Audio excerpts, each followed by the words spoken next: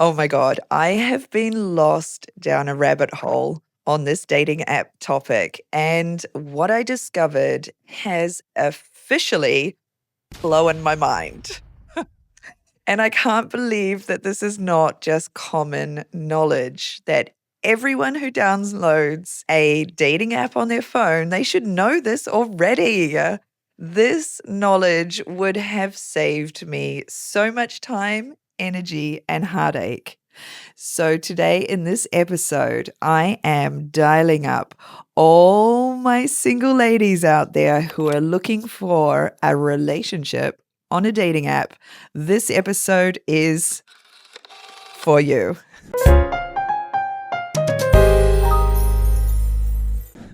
The reason why I went on this whole investigation into the dating app world is because last week I had a dating app disaster.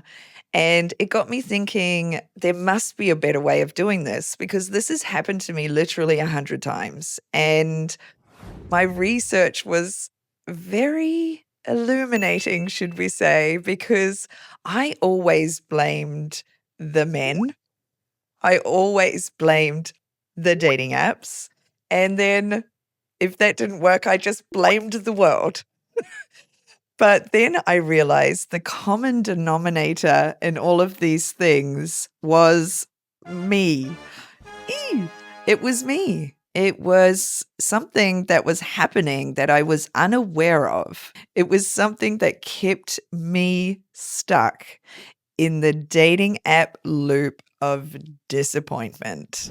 One of the most interesting things while I was listening to what dating coaches had to say is a concept called future tripping. And when I took the time to really deeply understand this concept, it was a game changer.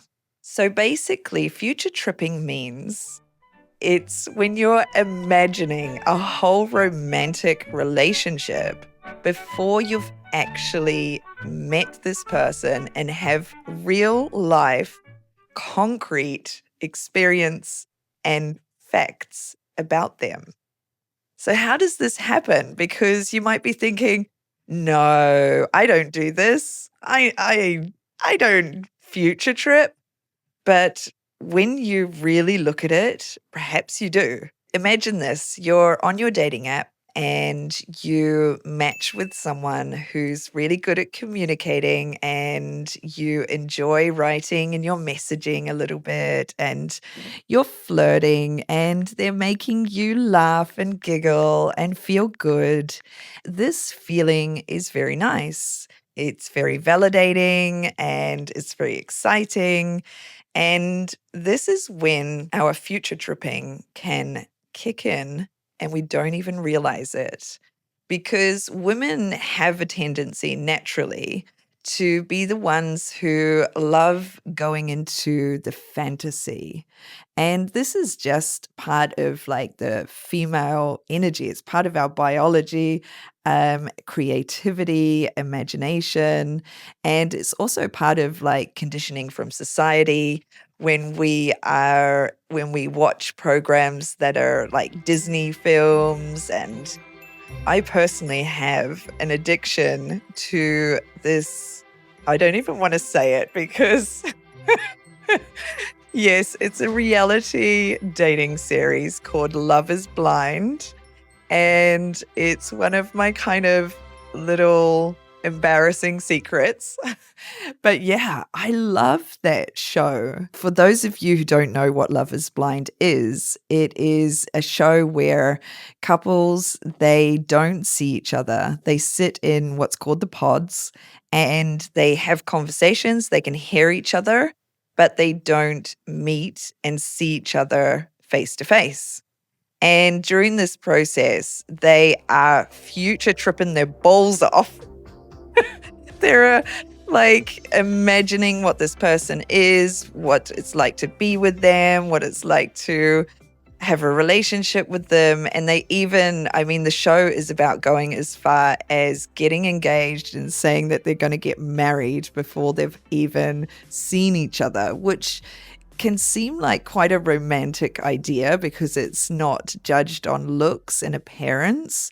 But when you dig a little bit deeper, it's just a delusional idea, and we need to meet people in real life. We need to have real life experiences with someone to really deeply understand and know them. You need to see how they react with the world around them. You pick up so many details in the little ways that they move. They can also, on messaging, someone can really easily pretend to be someone they're not. But when you meet them in reality, it's much more difficult for people to do that. And we're able to pick up onto subtle body language and signs that someone is not being who they truly are. And so future tripping. Oh, this is problematic because I am someone who I love the fantasy and the romantic idea of someone and the imagination. And this all feels really lovely. And this is the phase where I know I can fall into this trap of starting to really imagine this person. And it doesn't just happen in the mind, it happens in the body. It's also a biological chemical reaction. So let's have a look at what is happening inside our bodies to make us unaware of the future tripping trap we are playing into. Dopamine is our brain's reward chemical. It gives us that addictive rush of excitement and motivation. When we have a match and then have a fun conversation, this feels really good, almost like we're winning at something. Then there's oxytocin, and this is known as the bonding hormone. This creates feelings of closeness and trust, even if we've never actually met the person. Together, these two, dopamine and oxytocin, create the love-drunk high, lighting up all of the pleasure and reward centers in our brain to make us crave more. But when we are disappointed that this person is not the future trippin' fantasy that we've made them out to be, then our brain experiences a dopamine drop, almost like a mini withdrawal. We might even get a spike of cortisol, which is our stress hormone. And this makes us feel restless and anxious, and we don't like this. This uncomfortable crash pushes us to crave the next big feel-good hit. Hey, sorry, I just needed to get up off that chair and move around a little bit because for those of you who don't know, I am also an empowerment coach. I use burlesque as a tool to give you more sexy self-confidence, not only in the bedroom, but also in your everyday life as well. And what I love the most about bedroom burlesque is that you can shut your door. It can be our own private, sexy little secret, and I will take you on a journey to discover your brand new burlesque alter ego. So please take a moment to support my brand new channel here. Like this video, subscribe to my channel, and now let's get back to that dating app world. And it's this feel-good cocktail of chemicals that keep us trapped in what I call a match loop. And this is the space, when you match with someone on a dating app and you start chatting with them, but you never seem to get out of this phase. You're just swiping, matching, chatting, and then it disappears. Swiping, matching, chatting, disappears. And when you actually step back and look, you can see you haven't actually met anyone in real life for a real date for a very long time. And this is what I call caught in the match loop. And this is because it feels really good to get that hit of oxytocin and dopamine that we were talking about, that hit of the feel good chemicals, also the validation, and it's easy. You just can do it in the privacy of your own home and just swiping and get that hit. And also it's safe. You don't have to leave your home and go and meet a person, which can sometimes be like really awkward and disappointing and takes time and takes energy. And it feels sometimes like work.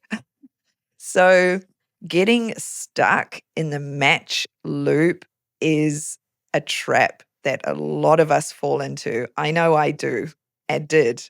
I'm trying to get out of it now because I really do want to find someone. I really do want to find a relationship. So I need to have a look at what my habits are. And this match loop is definitely one that will keep you stuck for a really long time. So check yourself on that one. So during my research, I have put together some tools that you can put in your toolkit to help you to navigate this dating app world and to protect yourself along the way. Stay real, stay grounded, stay stable, and then hopefully find the person you are looking for.